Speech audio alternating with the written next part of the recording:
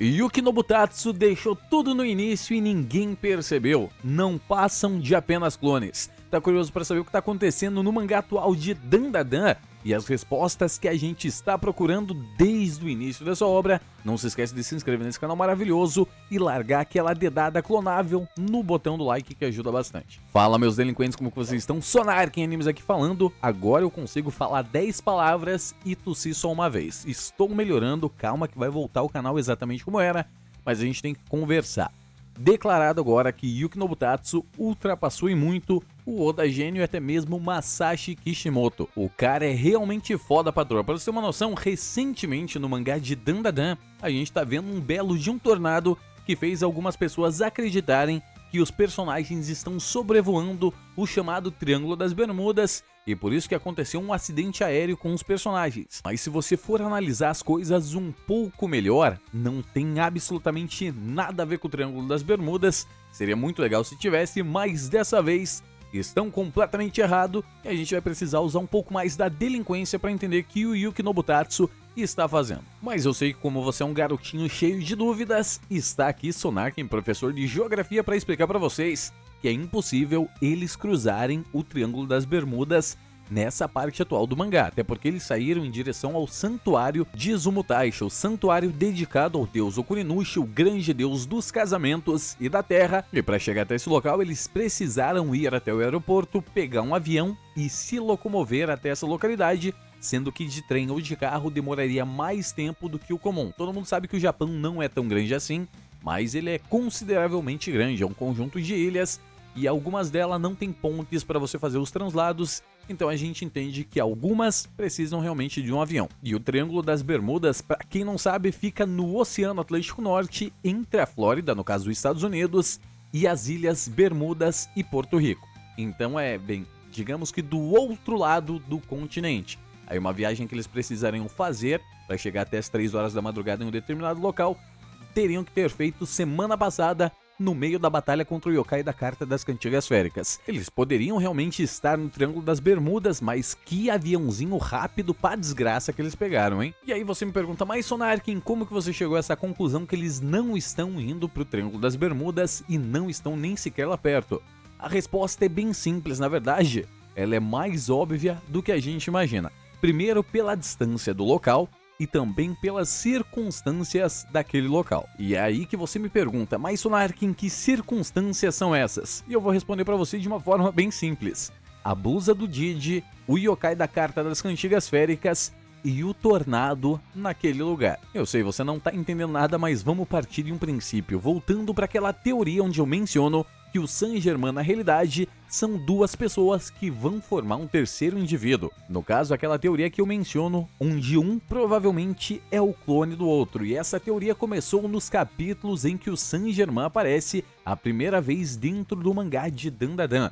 Teve o início por volta do capítulo 120, quando a Vovó Turbo acabou inserindo aquele comunicador serponiano nela e teve o primeiro vislumbre do Saint-Germain, e capítulos futuros, no caso um capítulo depois deste capítulo que ela introduz o comunicador serponiano, a gente vê o Conde Sanjome saindo de dentro da Porta do Inferno, que é uma escultura em homenagem ao grandíssimo filósofo Dante Alighieri, que escreveu nada mais nada menos que a Divina Comédia, um dos meus livros favoritos, e foi exatamente aí que começou as referências diretas em Dandadan Naruto, tanto na questão de clones, quanto também na própria camiseta dos personagens, já que constantemente o nosso queridíssimo Okarun estava utilizando alguns símbolos do clã Uchiha, aqueles tomões nos olhos do Sharingan, e o Didi ele simplesmente utilizava uma jaquetinha escrito Uzumaki atrás das suas costas. E vamos ser sinceros que ninguém entendeu essas referências à primeira vista. A gente sempre se perguntava por que Yuki Nobutatsu tá exagerando nas referências. O cara simplesmente deixa os personagens com essas camisas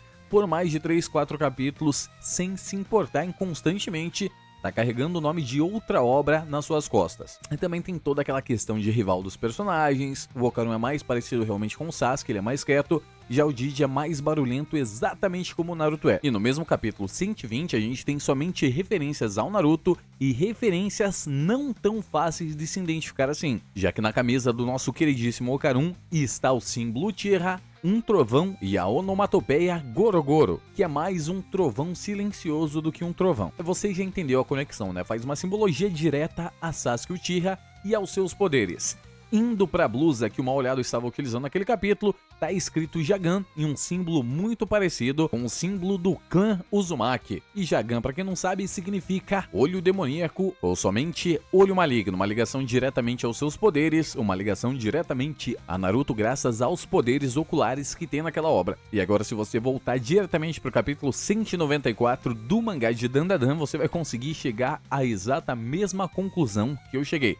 Primeiro, o local que eles estão, e segundo, porque as coisas estão acontecendo exatamente daquela forma e naquele lugar. Primeiramente, se você for olhar a camiseta do personagem Didi, mais uma referência a Naruto, só que dessa vez com a palavra Uzumaki mostrando pra gente no peito do personagem. E quando que a gente consegue ver isso? No exato mesmo momento que o Didi olha pela janela e vê um gigantesco Sharknado, envolto, é claro, do yokai da Carta das Cantigas Féricas. O Esonarken, mas isso não respondeu nada. A palavra Uzumaki separada significa simplesmente redemoinho ou vórtice d'água, e Maki, algo enrolado, espiral ou enrolamento. Exatamente isso que você está imaginando, um redemoinho aquático. E isso constantemente acontece em um local próximo da província de Tokushima, no Japão, em um local conhecido pelo nome de Estreito Naruto. Isso acontece a cada 6 horas quando a maré muda e o fluxo de água acaba se aumentando entre a maré alta e a maré baixa. Então enormes volumes de água acabam passando pelos dois estreitos e criam um redemoinho de água gigantesco que faz constantemente as pessoas irem até aquele local para ver eles de longe. E isso, é claro, no nosso mundo real. E esse fenômeno japonês ganha o nome simples de Naruto Kaikyo. E para eles passarem pelo Estreito Naruto, a única rota disponível de avião seria passando, é claro, pelo aeroporto de Wakayama. Aí os personagens cruzariam o Japão e chegaria até o santuário de Izumutaisha, e isso em uma viagem de carro daria em média 4 horas e 55 minutos aproximadamente. De avião eles vão chegar extremamente rápido, então não se preocupem com aquela questão de tempo, ao menos dessa vez, dentro de Dandadan. Agora voltando para a teoria principal, o que acontece? Dandadan tá deixando pra gente as mensagens a vários capítulos anteriores. Você acha que foi por acaso que o Yuki Nobutatsu escolheu justamente vestir o nosso personagem Didi mais uma vez com a camisa que faz referência a Naruto Uzumaki? Ainda mais analisando o capítulo 194 do mangá de Dandadan, onde simplesmente a gente vê um tornado, o personagem com a blusa e um yokai que a gente viu recentemente por volta do capítulo 191 do mangá de Dandadan. O Esonarken, que yokai que a gente viu no capítulo 191? Nada mais, nada menos que o yokai da Carta das Cantigas Féricas. Lembra que aquele personagem estava próximo da província de Kami, que fica do outro lado do Japão, na mesma cidade que o Ocaron mora, então eles estariam muito longe do avião que está perto, no caso, sobrevoando o Estreito Naruto. Se você voltar no capítulo 191 do mangá de Dandadan, você vai se bater com um título chamado Engano. A gente vê a professora Adachi se aproximando de um homem misterioso e após esse homem se revelar, a gente nota que ele está com o poder completo do yokai da Carta das Cantigas Féricas. Simplesmente ele controla a professora Adachi e ela ataca o professor Cascagrossa e acaba fugindo daquele lugar. Me diz que yokai seria extremamente rápido para chegar do outro lado do Japão, alcançar um avião, que já é um feito de velocidade gigantesco, e ainda mais controlar milhares de tubarões para atacar aquele avião. Não faz sentido nenhum, mas consegue fazer sentido se você utilizar uma única coisa que existe em Naruto, que quase que o Kishimoto nunca usa, que é simplesmente o Kagebushin no Jutsu. No caso, um clone da sua forma original, que mantém praticamente os mesmos poderes e acesso às mesmas habilidades. Exatamente isso que seria Saint-Germain e Saint-Jome. No caso, se um tem o poder, o outro consegue usar a exata mesma coisa sem sequer ter procurado ou aprendido aquela coisa, já que o corpo principal compartilha das mesmas informações. Então, se um clone aprende, o outro vai aprender, ou se o corpo original já sabe, simplesmente os clones sabem também. E isso explicaria por que tem 2 yokai da Carta das Cantigas Féricas em hemisférios diferentes e por que também Haze conseguiu o yokai da idosa saltitante.